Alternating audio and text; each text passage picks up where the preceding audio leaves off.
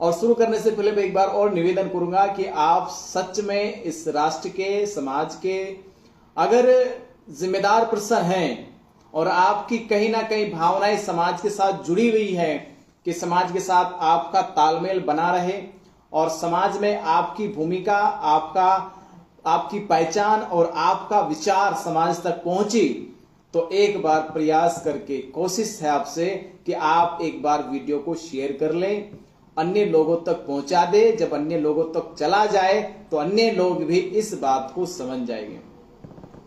अब हम बात शुरू करते हैं, बुद्धत्व क्या है। हमारे देश में बहुत सारे धर्म चल रहे हैं। बहुत सारे धर्म का मतलब है सभी धर्म, सभी संप्रदाय, सभी मजहब। वो सभी मजहबों की जो बुनियाद है वो परंपरा है। सभी धर्म बुनियादी रूप से परंपराओं पर टिके हुए हैं। सभी धर्म अपनी परंपराओं को बेहतर बताते हैं, अच्छा बताते हैं। ये कहते हैं कि हमारी परंपराएं सबसे अच्छी है, सबसे बढ़िया है, कैसी भी परंपरा हो। और परंपराएं कभी भी किसी भी धर्म की हो, अगर वह समाज के बौद्धिक विकास के लिए, वह समाज के आर्थिक विकास के लिए, वह समाज के सामाजिक विकास के लिए, वह समाज के नैतिक और वैज्ञानिक विकास के लिए अगर सिद्ध साबित नहीं होती है तो ऐसी परंपराओं को छोड़ देना चाहिए। और मैं कहता हूं भले ही हमारी संस्कृति सभ्यता पुरानी हो, भले ही हमारी सभ्यता संस्कृति पुरानी हो, पर हमारी सोच और इरादे हमेशा नए होने चाहिए। नई ऊर्जा के साथ, नई सोच के साथ ही एक नए समाज का और एक नए राष्ट्र का निर्माण किया जा सकता है। पर भारत में बहुत सारे धर्म धार्मिक उन्माद में, धार्मिक झगड़ों में, धार्मिक हिंसाओं में और धर्म की छोटी बड़ी विचारधाराओं को लेकर हमेशा झगड़ते रहते हैं। तो मेरा आपसे कहना है मेरे प्रिय धम्म मित्रों, साथियों, कि आप वीडियो को शेयर करते रहें। ये वीडियो बहुत खास आपके जीवन में होने वाला है। आपको जानकारी होनी चाहिए, आपको मालूम होना चाहिए कि बुद्धत्व का जीवन क्या है। बुद्धत्व का जीवन है पूरी तरह से प्रकृति के जीवन में जीना। अगर आप प्रकृति के साथ जीते हैं, प्रकृति के नियमों के साथ जीते हैं, प्रकृति के तत्वों के साथ जीते हैं, तो आप स्वयं में बुद्धत्व का जीवन जी रहे हो। हम बुद्धत्व का जीवन तब जीते हैं जब हम सांसारिक नियमों से, कानूनों से, सांसारिक परंपराओं से, बंधनों से मुक्त हो जाते हैं और पूरी तरह से बुद्धत्व के मार्ग पर चलने लगते हैं, पूरी तरह से प्रकृति के मार्ग पर चलने लगते हैं। वही हमारा जीवन बुद्धत्व का जीवन कहलाता है। बुद्धत्व के जीवन में पूरी तरह से जागरूकता, अलर्टनेस, अटेंशन बनी रहती है। व्यक्ति हर प्रत्येक क्षण अपने होश में, अपने विचारों में जीता है। मनुष्य हर वक्त नए शोध करता है, नए विचारों को जनरेट करता है, नई नई बातें निकाल कर लाता है और उन नई नई बातों से समाज के लिए मार्ग प्रदर्शित करता है।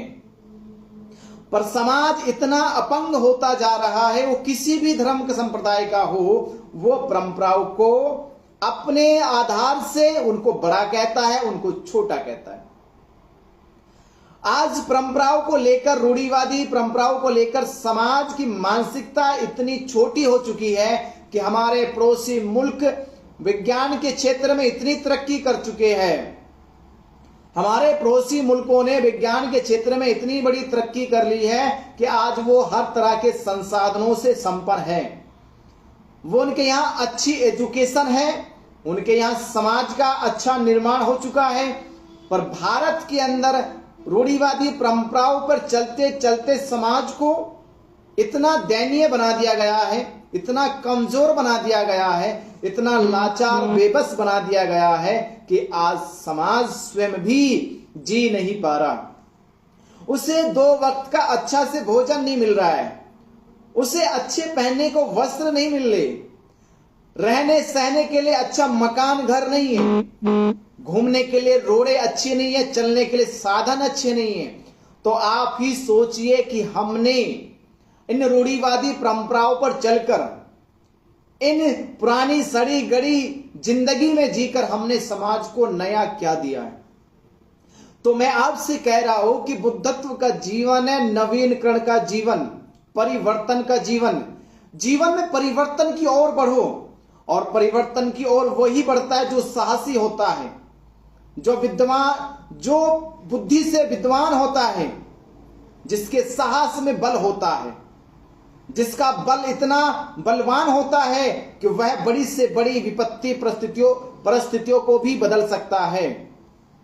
अगर आपके पास वैसा बल है, वैसी शक्ति है, तो आप भी इन परंपराओं को, इन रूढ़िवादी मानसिकताओं को तोड़ सकते हैं, इनसे बाहर निकल सकते हैं, इनसे आजाद हो सकते हैं। और यह आजादी का जीवन केवल एक व्यक्ति का नहीं है, यह आजादी का जीवन प्रत्येक व्यक्ति का हक है। प्रत्येक व्यक्ति को आजादी जीने के लिए मिलनी चाहिए। तो मेरे प्रिय धम्म साथियों, प्रेमियों, हम एक आजादी की मुहिम चला रहे हैं। इस आजादी की मुहिम में हम सबको मिलकर एक दूसरे का साथ देना चाहिए, और ये साथ जब तक देना चाहिए जब तक हम इस देश और समाज को आधुनिक भारत ना बना दे, जब तक हम समाज को आधुनिक समाज ना बना दे, जब तक हम आने वाली पीढ़ी के भविष्य को बदल कर ना रख दे, तब तक हमें इस रूढ़िवादी परंपराओं के खिलाफ, इन मानसिकताओं के खिलाफ, चाहे वो किसी भी मजहब से हो, किसी भी धर्म से हो, किसी जाति धर्म से रही हो, हमको उन सभी परंपराओं का अड़कर सामना करना चाहिए और समाज में नई चेतना लानी चाहिए, नई ऊर्जा का प्रवाह करना चाहिए। पर समाज नई ऊर्जा से जुड़ नहीं पा रहा। समाज में आज भी जो ग्रंथों के द्वारा, किताबों के द्वारा, जो कहानियों के द्वारा पाठ रचाया गया, जो कल्पित कपोल कहानियां बनाई गई हैं, उन कल्पित कपोल कहानियों के सहारे समाज आज जी रहा है। यानी समाज आज अपंग बना हुआ है, बेबस है। उस बेबसी की जिंदगी को जीने के लिए समाज ने अतीत की कहानियों को, अतीत की परंपराओं को अपनी बैसाखी बना लिया है, क्योंकि समाज वर्तमान में जीना नहीं चाहता। समाज नहीं चाहता कि उसके जीवन में भी नए नए परिवर्तन आए, नए नए आविष्कार हो। वह समाज नहीं चाहता कि समाज बेबस ना बने। पुरानी परंपराओं के सहारे समाज को नई ऊर्जा के साथ जीवन जीना चाहिए। जब समाज नई ऊर्जा के साथ जीवन जिएगा तो समाज कभी भी किसी परंपरा के बैसाखी के सहारे नहीं चलेगा, बल्कि समाज अपने विज्ञान के सहारे, समाज अपनी आधुनिकता के कारण, समाज अपनी सोच के कारण चलेगा। तो आज समाज को ये नई सोच और नई दिशा देने की जरूरत है। तो मेरे प्रिय मित्रों, साथियों, मैं फिर आपसे कह रहा हूं, अपनी सोच को बदल लो। हम इस देश में तभी एक हो सकते हैं, कभी समाज के लोग ना तो किसी गुरु पे एक हो सकते हैं, ना किसी धर्म पर एक हो सकते हैं, ना किसी मजहब पे एक हो सकते हैं, ना किसी एक पंथ पर एक हो सकते हैं। अगर समाज एक हो सकता है, अगर राष्ट्र को एक कर सकते हैं, तो राष्ट्र को एक करने का बस एक ही विकल्प है, और उस विकल्प का नाम है इंसानियत, उस विकल्प का नाम है मानवता। अगर सभी मनुष्य, सभी जाति धर्म के लोग इंसानियत को वरीयत देने लग जाए, मानवता को प्राथमिकता देने लग जाए, तो मैं कहता हूं ये सारी धर्मों की बेड़ियां टूट जाएगी, ये सारी जातियों की बेड़ियां टूट जाएगी, और सभी जाति, सभी धर्म, संप्रदाय, मजहब के लोग इंसानियत के नाम पर, मानवता के नाम पर एक हो जाएंगे। तो ये जरूरत है हमें करने की। तो आप कोशिश करें कि हमें समाज को एक करना है, और एक करने के लिए हमें चाहे कुछ भी करना पड़े, हमें समाज को एक करना है। तो मेरे साथियों, तो हम बुद्धत्व का जीवन क्या, बस बुद्धत्व का जीवन है, जीवन में नए नए तत्वों का निर्माण करते चले जाओ।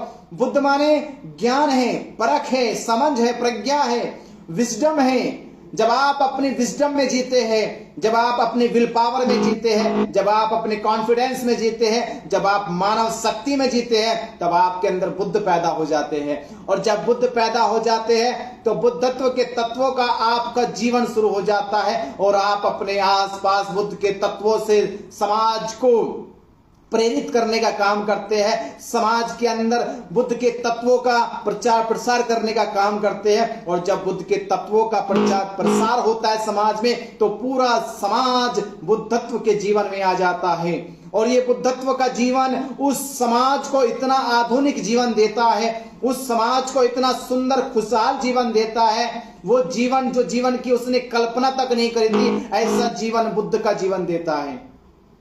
आज हम जीवन को कहां जी रहे? आज हम जी रहे जीवन को नालियों में, सड़ी गली जिंदगियों में जी रहे। हम जी रहे जीवन को पुरानी, हजारों साल पुरानी सड़ी गली जिंदगियों में। आपको इस सड़ी गली जिंदगी से बाहर आना होगा, इन परंपराओं से बाहर आना होगा निकलकर। तो मेरे प्रिय धम्म मित्रों, साथियों, अगर आप सच में जीवन को जीना चाहते हो तो बुद्धत्व का जीवन जियो। और ये जो विषय का धम्म और धर्म का, मैं उनसे भी कहना चाहता हूं, एक बड़ी सिंपल सी बात है, एक उदाहरण दे से समझ लीजिएगा। अगर हम जल को वाटर कहे तो क्या जल का अस्तित्व बदल जाएगा? अगर हम वाटर की जगह उसे नीर कहे तो क्या उसका अस्तित्व बदल जाएगा? अगर हम उसे नीर की जगह भी पानी कह दे तो क्या उसका अस्तित्व बदल जाएगा? तो यही समझ सकते हैं, अगर हम जल को वाटर कहे, पानी कहे या नीर कहे, पर उसका अस्तित्व नहीं बदलता, उसी प्रकार धर्म, जो धम्म का सिद्धांत विचार है, जो धम्म की फाउंडेशन है, तो धम्म की फाउंडेशन है प्रकृति से। प्रकृति ही धम्म की फाउंडेशन है। और बस प्रकृति की फाउंडेशन को आप चाहे धम्म कह लो, धर्म कह लो, संप्रदाय कह लो, शाश्वत सत्य कह लो, परमानंद कह लो, निर्वाण कह लो, मोक्ष कह लो, आप कोई भी नाम अपने डिक्शनरी से निकाल लो, पर आप प्रकृति के उस सिद्धांत का, प्रकृति के उस फाउंडेशन का अस्तित्व नहीं बदल सकते। इसलिए धम्म जो है और धर्म जो है, उसका बुनियादी चेहरा क्या है, उसका बुनियादी आधार क्या है? तो उसका बुनियादी आधार है प्रकृति, प्रकृति की फाउंडेशन। तो जो मनुष्य धम्म और धर्म की फाउंडेशन में चला गया, अब उसके लिए शब्द मायने नहीं रखता। ये तो शाश्वत इसकी डेफिनेशन है। और जो समाज ने इसकी डेफिनेशन बना रखी है, तो समाज के डेफिनेशन के आधार पे धम्म एक वैचारिक संघर्ष है। एक वैचारिक संघर्ष का नाम है धम्म। और एक कर्मकांड की द्वारा गतिविधियों को अंजाम देना, कर्मकांड कर कर प्रचार करना, कर्मकांड कर कर समाज को जोड़ना, कर्मकांड कर कर समाज को लुभावने लाभ देना, वही नाम है धर्म का। क्योंकि धर्म हमेशा समाज को लुभावने लाभ देता है, समाज को कर्मकांड के नाम पर उसे बहलाने फुसलाने का काम करता है। कर्मकांड के नाम पर मूर्ति पूजाएं, तमाम प्रकार के अनुष्ठान कराए जाते हैं, किसी को जन्म के नाम पर तो किसी को मरण के नाम पर। जब अनुष्ठान विधियां होती है, वह अनुष्ठान विधि ही धर्म का विषय कहलाती है।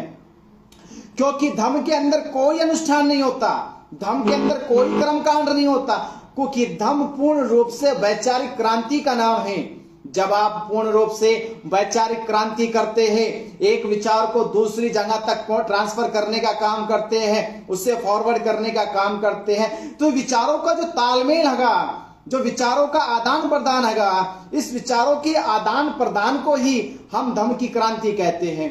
पर जहां आप जन्म से लेकर मृत्यु तक कहते कि जन्म संस्कार, गर्भ संस्कार, नामकरण संस्कार, केश कंपन संस्कार, शादी संस्कार, तमाम मृत्यु संस्कार, गृह प्रवेश संस्कार, दुनिया भर के संस्कार जब आप बना लेते हैं और उन संस्कारों पे जब आप कर्मकांड करते हो, जब आप मूर्तियों के सामने पूजा वंदना करते हो, जब आप अगरबत्ती धूप बत्ती जलाते हो, वो तमाम प्रकार के अनुष्ठानों को, तमाम प्रकार की इन गतिविधियों को, तमाम प्रकार के इन कर्मकांडों को ही धर्म कहा जाता है।